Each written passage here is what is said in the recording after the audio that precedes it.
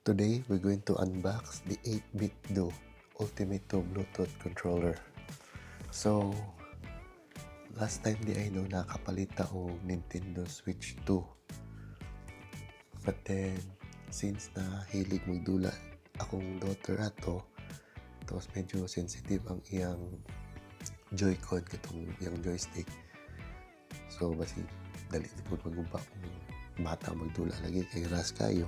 So, naka-decide ta na mapalit ako controller na separate para kung magdula siya, kung i-connect nato sa TV, instead na katong Joy-Con na itong gamito, this kaning controller na lang.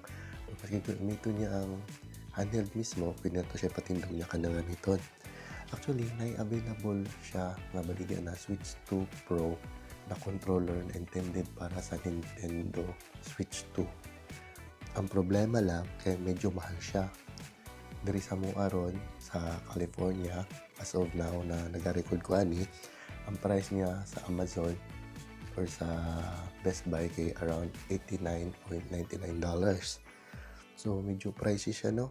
And then, although nice juga siya, pero feeling mo na ako dili worth it na kato akong paliton para lang sa madulaan sa kung anak madulaan ko na ako, tapos nato kamahal na control for that price. Tapos feeling na ako dili siya worth it kay for pangalan ako ginipalit. So nag-search ko sa market ug nakita na ako ni aning 8-bit Do Ultimate 2 Bluetooth controller. And although ang presyo ani niya mas barato ni siya og around $20 at the moment na gipalit na ko ni o gina-record na ko in a video na unboxing, mas barato na siya $20 kaysa original na Nintendo Switch 2 Pro na controller. So makaanang uban 20 na lang man kulang, $20 kano dili kadto na lang man palit pang Nintendo man jud to. Nakakirason na unang-una ang Nintendo Switch Pro to na controller, handheld controller, wala siya gi-announce sa Nintendo kung unsa ang gamit niya sa joystick. And ang joystick man gud ana kasagaran ang unang maguba sa mga controller even sa Joy-Con. Yung controller na siya tilo ka kasi tundaan, potentiometer, and then ang second version niya kay katong ginatawag nag Hall effect. And then ang pinaka-latest one ginatawag ng TMR nga technology. Ang problema mo sa potentiometer kay nagadikit na ang katong sensor niya o ang joystick mismo, nakadagayan mong dula, syempre tear and wear, so mahilis to siya or magasgas. Na posibilidad na ginatawag na stick drift. Ang stick drift mo na problema sa mga controller sa joystick na kasi di mo liho kung imong joystick muliho kay pa ng karakter kay dito na may problema ang iyang mga sensor kay itong lagi tear and wear kasi kagasgas. So ang Nintendo Pro manggod wala niya gisulti kung unsa yang gigamit na technology karon. Kaya ang daan na niya potentiometer manggod mamo na common sa mga controller. So wala niya gi-announce kung unsa yang gamit, ingon lang niya kay durable. So kita na niguro ta kay mahal gud no, $89.99. So mga $90. So ta kabalog modugay ba jud siya o dili. So sayang pod. So aside na mga another na pwede paliton ng tato mga Hall effect. Pero ang problema na sa Hall effect, although mas okay siya, mas durable, wala siya stick drift na mapansin mong unit, pero dili siya as accurate as sa TMR na may pinakabago ron na teknolohiya ni. And then kung 20 na lang man ang kulang, ano dili man kato na itong ipalit na pwede mo na ta mangupit kay misis mo na ta hitag 20 bi kay nakoy paliton dito, tapos idungang ra din yung pamalit sa mong controller. Pero mas kaya na to paliton, kaya na to tiguman, kaya na to kupitan para mapalit na to kanigya pa na itong gipili kay aside na yung joystick TMR na latest technology sa joystick, mas sigurado ta na mas madugay siya kaya wala siya tear and wear na may tabo unlike sa potentiometer. Tapos sa Hall effect na pod mas accurate siya So mao na kanatong gipili, kanatong gipili. Although mas gwapong ta tong Nintendo kay Nintendo jud, di ba? Pero feeling ko pangalan na muna tong paliton. Tapos mas full pack man siya of features. Una, ang atong iyang joystick nga ang ginaingon. Dito ka sigurado kung sa'yo gamit niya kay wala gi-confirm sa Nintendo. At least man lang unta sa kamahal dapat nag-TMR na lang po talang joystick. So dito sigurado, so may posibilidad na masig potentiometer yapon lang gigamit. No later on mag-drip step yapon, so problema ta. Kaduha, since Nintendo to na Switch, magamit lang to nimo siya sa Nintendo Switch na unit. In fact, ang Nintendo Switch 2 lang itong Nintendo Switch Pro 2 na controller. Di ito na mo magamit sa Nintendo Switch 1 or Nintendo Switch OLED. Pang 2 lang ito siya. Unlike kani, gawas na niyang joystick, kay TMR na technology ang gamit. So, mas durable siya niya, mas likay ka sa stick drift or drip stick kung sabay tawag nila magamit pa yun nato ni dili lang sa Switch na unit. Pwede nato siya gamitin sa Switch 1, version 1, Switch OLED, Switch 2. In fact, pwede po nato siya gamitin sa Windows o Android o iOS. So meaning, kung ito itong ipalit, may binta, tapos magamit na nato para lang sa Nintendo Switch na 2 na unit, di ba murag exclusive ra kayo. So takabalog mapulan ni tapon baligya na to atong Nintendo Switch 2 di. Ito gamit atong controller or natay bagong dula pero wala sa Nintendo Switch 2 para naman sa iPad ni Quincy. Hindi na ako magamit ng Nintendo na Pro Controller. Samantalang kani, pwede na gamiton sa Nintendo Switch 1 OLED, Nintendo Switch 2. Kung ako yung mga games sa computer, sa Windows, pwede ko siya magamit. Kung ako yung games sa iPad, like sa iOS na ako, pwede na ako magamit. Kaya compatible nga po siya. Kung sa Android, sa cellphone, pwede nga po siya magamit. So, mao to ang best selling point sa kuha. Ang iyang features na ang joystick, TMR na, and then, compatible pa siya sa daghang OS, like Windows, Nintendo Switch, Android, iOS. So, mao na siya liban sa mas mura siya 20 sa Nintendo Switch Pro 2 controller jud. Mas pa siya, mas daghan siya kagamitan, no? So karon i-unbox nato siya, no? So mao ni siya yung itsura. Yan, yung likod. 8-bit do. Yan, Switch. Pwede sa Switch, pwede sa Windows. Pero actually, sa bang review ani, pwede po niya sa Android. So, ang presyo niya as of now sa market is around 69.99. Napalit na ako sa Amazon.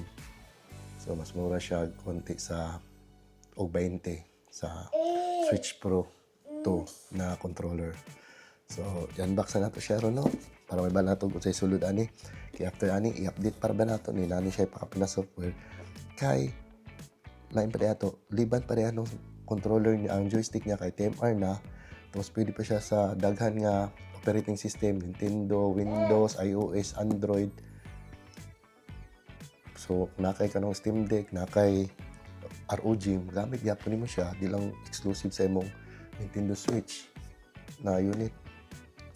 TMR pa yung joystick, and then daghan pa ni siya kanang mga buttons, unlike nga may mga additional buttons na programmable, pwede nimo program ikay magbuto kung sa imong function buhaton nato.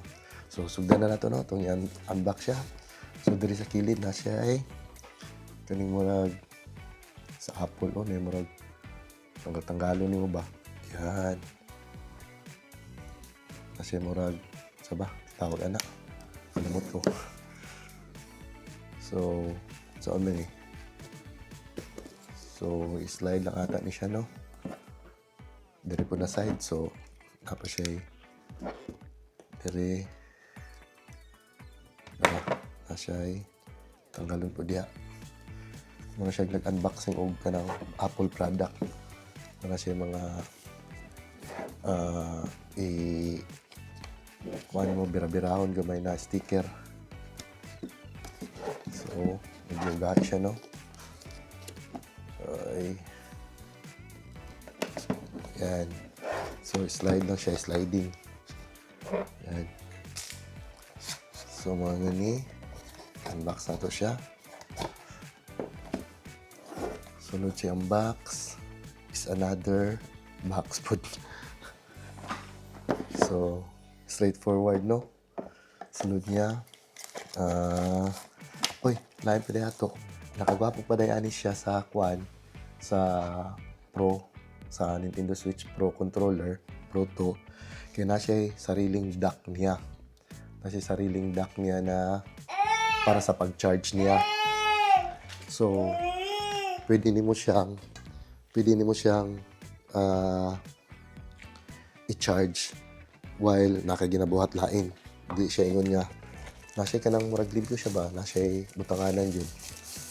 So, mo ni siya, no? Mo ni siya. Tapos, ang layout ani niya, magpalit ka ani.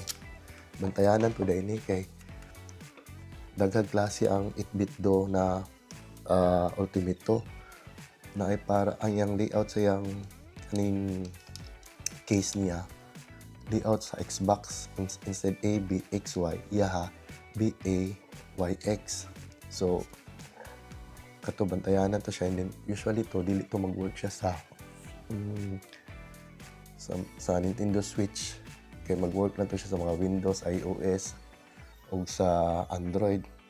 So, ang paliton yun mo kay 8-bit to, 8-bit do, Ultimate to, Bluetooth. Dili tong 8-bit do, Ultimate to, wireless. So, kana no, bantayanan niya. Nasa daghang color. See? Okay kay yung kanio. Yung joystick. And aside na din siya suga, RGB. Na adjustable kani siya. Musiga-siga ni.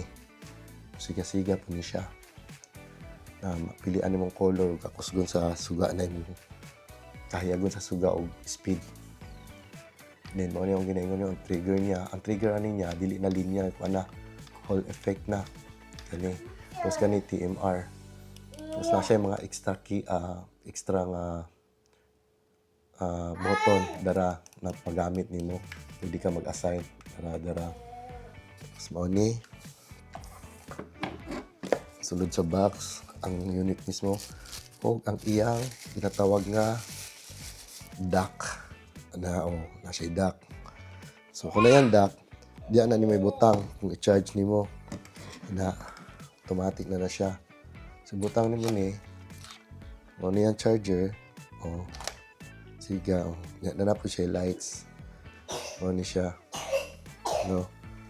So mo na siya. So yung dock, ang unit, di na siya pakapila cover para sa iyang joystick na di na sa natin butang kay murag okay raman sa katong all black.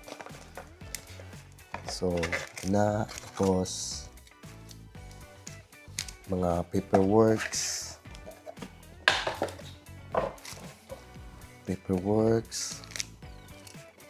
extra pad para sa joystick, tapos iyang pad ang iyang dock o iyang charger.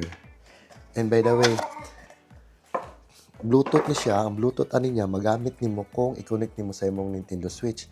Pero kung gamitan nimo ani kay imong Windows or iPad or imong laptop or imong computer, nani siya ay 2.4 hertz ba? Gigahertz na tinatawag nila nga kaning dongle na may i-connect nimo dara. Kani siya, mao ni mong i-connect sa imong laptop na dongle. Tapos, mao ni siyang magsilbing Bluetooth na mo connect ni siyang imong unit sa imong iPad or sa imong computer or sa imong laptop na imong gamitan kung mag-game ka nga gamit ni siya. Gamit mo ang imong laptop or other device gawa sa Switch. Pero kung Switch lang, di na nimo ni siya kailangan, automatic ni siya makunik via Bluetooth. Gamitan lang mo Bluetooth. So, Mao ni no, mao ni ang sulod sa box sa atong 8-bit do, 8-bit do Ultimate 2 controller. So, yan, mao na siya sulod. Controller, kanyang dock,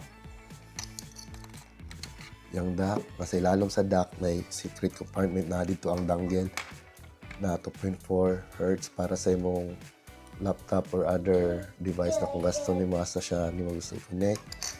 Yung charger, extra na pad para sa imong joystick and paperworks. Yan. So, thank you sa pag-paminaw